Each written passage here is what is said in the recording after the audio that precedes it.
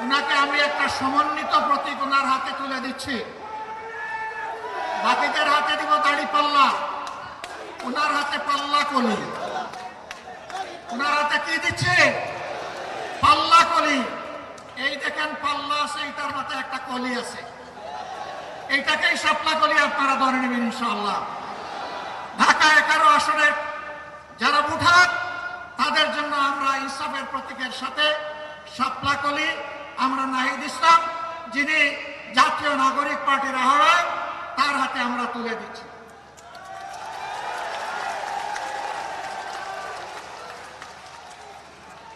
একটা ভাব উঠছে পরিবর্তনের আকাঙ্ক্ষায়, ঘুরে ধরা রাজনীতির কাঠামো পরিবর্তন করার আকাঙ্ক্ষায় জনগণ মুখী আছে। এই জন্য জনগণ গণভোটে হা বলবে ইনশাআল্লাহ। আপনারা কি হা ভোটের পক্ষে লড়াই করে যাবেন? দ্বিতীয় হা হচ্ছে দেশের সার্বভৌমত্ব এবং স্বাধীনতা। শিশু থেকে আবাল বৃদ্ধ বনিতা,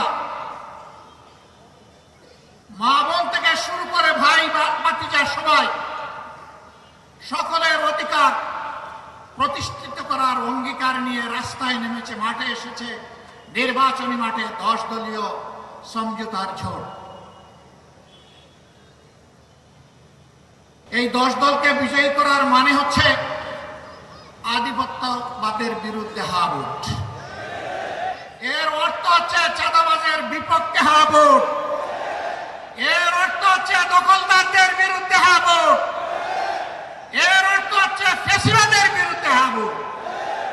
এর অর্থ হচ্ছে ব্যাংক ডাকাতদের বিরুদ্ধে হা ভোট। এর অর্থ হচ্ছে মা বোনদের ইজ্জতের উপর যারা হাত দেয় তাদের বিরুদ্ধে হা ভোট। এই সব মিলে একটা হা ভোট হবে। আজকে এখানকার এই আসনের প্রার্থী হিসাবে আমার হাতে পাল্লা তুলে দেওয়া হয়েছে। আমার সাথে 10 দলের আরো কিছু প্রার্থী এখানে আছেন। আমি তাদের হাতেও আপনারা অনুমতি দিলে আপনাদের পক্ষ থেকে প্রতীক তুলে দিতে চাই। আপনারা খুশি আছেন? নাহিদ ইসলাম প্রথমে আসেন।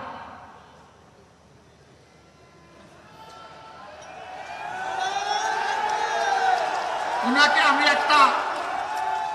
আমি একটা সমন্বিত প্রতীক ওনার হাতে তুলে দিচ্ছি।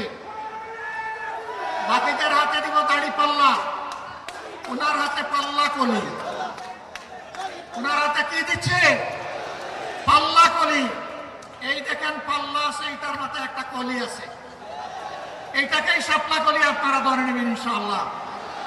ঢাকা 11 আসনের যারা ভোটার তাদের জন্য আমরা ইনসাফের প্রতীকের সাথে শাপলা কলি আমরা নাহিদ ইসলাম, যিনি জাতীয় নাগরিক পার্টির আহ্বায়ক, তার হাতে আমরা তুলে দিচ্ছি।